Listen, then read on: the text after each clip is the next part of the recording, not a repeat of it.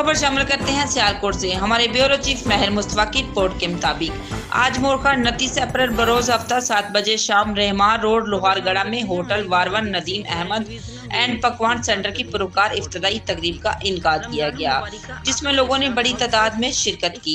Hotel को खूबसूरत लाइटों और गुब्बारों से सजाया गया। मुअज़्ज़ज़ मेहमानों ने फीता काट कर इफ्तिताह किया और होटल की कामयाबी के लिए खसूसी दुआएं की। इस खुशी के मौके पर तमाम लोगों को स्पेशल बिरयानी तकसीम की गई। इस इफ्तिताई तकरीब को चार चांद लगाने के लिए गुलकार इलियास भट्टी और दीगर फनकारों ने अपने अपने फन का मुजाहरा किया। इस मौके पर राना मजीद और पकवान अलहाज अब्दुल खालिक गुजर ने मीडिया से गुफ्तगू करते हुए कहा कि होटल वारवन नदीम अहमद अल्लाह के फजलो करम से उम्दा और मियारी खानों का मरकज होगा।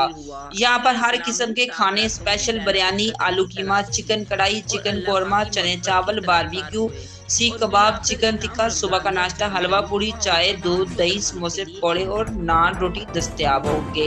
होटल वारवन के मालिक ने अपनी गुफ्तगू में कहा कि अल्लाह के फजलो करम से साफ सुथरे और मियारी खाने मिलेंगे और दूसरों से कम रेट में देंगे।